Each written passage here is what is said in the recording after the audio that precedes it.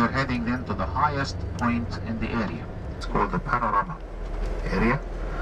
And there we'll get the three pyramids together in a photo. So it's a great photo op for us, a lot of fun. Very scenic trip with the three pyramids. And then we go on one of the more fun experiences here in Cairo, in Giza. A pyramid ride on the camels. And it's quick and easy. You want to be careful with these camel drivers, though, to negotiate a fair price ahead of time. And those of us who will want to do a camel ride will be able to organize a camel ride.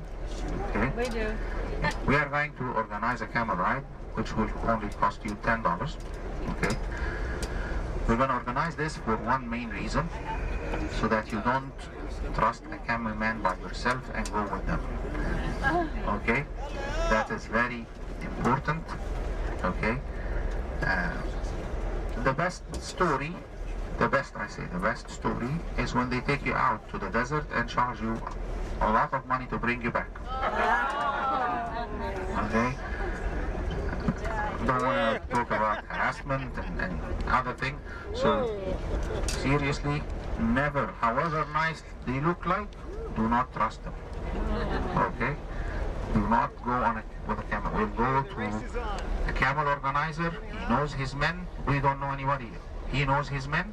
He knows to get this person if he goes naughty. But over here, we can get them. The police here are on camels, and the camels of those guys are faster than the police's ones.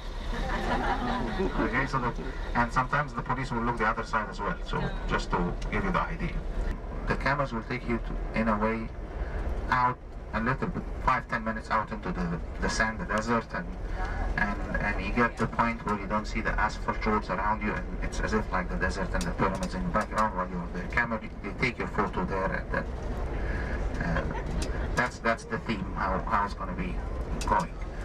The camel doesn't gallop like a horse, so it's very smooth when riding the camel. The only funny part is when going up and down. That's when you have to kneel forward and backward. And then we will probably want to tip our camel man.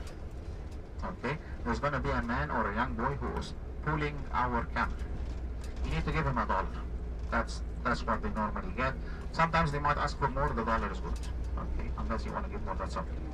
But what that boy or man will do when pulling your camel, they will, as you leave the area, the crowded area, and get out to a point where like you're in the middle of the desert and you're getting the view of the pyramids behind you from it's all sand.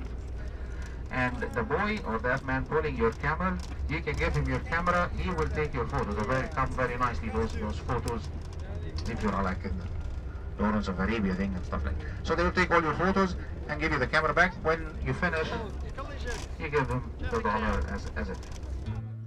So it's a great photo op for us. A lot of fun to be bouncing along on these ungainly beasts. The ships of the desert. They can go 30 miles a day, every day. But, well, for us, it's just a shorter trip. Very scenic trip with the three pyramids. Riding across the empty desert in this rather primitive way with these ancient pyramids from 4,500 years ago and hardly anything else in sight, you could almost fall to the illusion that you really are back in time.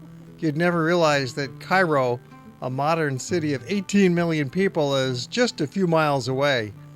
But we have this total environment on these ancient beasts of the desert with the old pyramid and the local camel drivers taking us on this really incredible ride. This was certainly one of the highlights of our entire trip. And it's nice to be able to photograph it with the pyramids in the background and the camels in the foreground and us struggling to get off of these creatures. The camels really were quite friendly, quite peaceful. They caused us no problems at all, except the ride was kind of bouncy, and getting up and then getting off was the tricky parts. Once you were on there, it was okay. You just hang on and go along for the ride. Enjoy the experience, along with these noble creatures. That was a lot of fun. Easily worth $10. Next, we're heading to the famous Giza Sphinx. Going downhill now, we'll be seeing the Sphinx from his back to the right side. The famous Giza Sphinx over here in this area is the oldest Sphinx in Egypt, the first one, the first Sphinx made, and the biggest one as well. We'll walk together towards the Sphinx. Horizontal erosion from wind, which we have. The mysterious Great Sphinx. Been standing here for at least as long as the pyramid, perhaps a little longer. There's still a lot of questions that are not known about ancient Egyptian history. And of course, one of the main things that you've got to do here is get some good pictures. It's always a challenge to make it look interesting. Search for a unique kind of an angle. Sphinx. Mona was quite the sales girl. I'm Egyptian. I work here. Two for six, that's a deal. What's your name? Mona. My name is Mona. Mona. Yes. Mona. Mona Lisa. Mona Lisa. Okay. Excuse me, give me $10. Okay? Getting in the swing of it. And then we're back on our bus and continuing along.